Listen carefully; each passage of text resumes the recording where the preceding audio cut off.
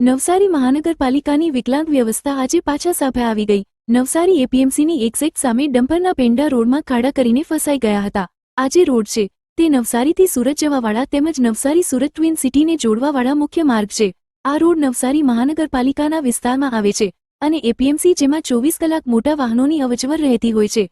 આ વિસ્તારમાં આટલી હલકી કક્ષામાં તેમજ રોડ પર ચાલતા લોકોને જીવનું જોખમ થાય અને મહાનગરપાલિકાના કાબિલ એન્જિનિયર દ્વારા રોડ બનાવ્યા પછી એનઓસી આપવામાં આવી હોય ત્યારે આટલી ઓછી ગુણવત્તાવાળા રોડ બનાવવામાં આવ્યા હોય ત્યારે નવસારી મહાનગરપાલિકા ચલાવનારા હોદ્દેદારો શંકાના દાયરામાં આવી જતા હોય છે।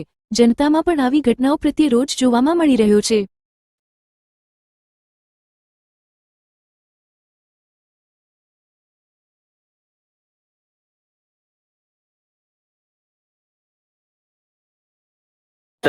नमस्कार दर्शक मित्रों में प्रजादेशी डिजिटल पीडीएफ प्लेटफॉर्म विनर गोवाल तमारा समक्ष हाजर થઈ ગયેલો છું। ઈપીએમસીની સામે તમે જોઈ રહ્યા છો સીધી તસવીર।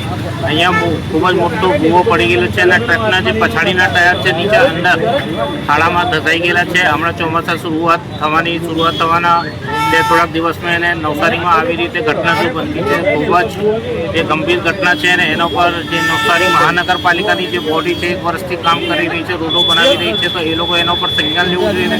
સાથે સાથે જે નવસારી મહાનગરપાલિકાના કોન્ટ્રાક્ટરો કામ કરતા છે એમને પણ આવી જે કામ કરે તો એમને બ્લેકલિસ્ટ કરવું જોઈએ। આ અહીંયાની જે જનતા છે એમની માંગણી છે। તો જરાક પડેલા છે અહીંયા વરસાદ આવે એના પહેલે તમારો ખાડા પડી ગયા, આ ટાયા બેસી ગયા બધા। હજી તો આ ટ્રક ઉઠો પેલા કોયરાની કોઈ ગાડીઓ છે તો કોયરા લોકો મોટું નુકસાન થઈ જાય। તમારી વાત બરાબર।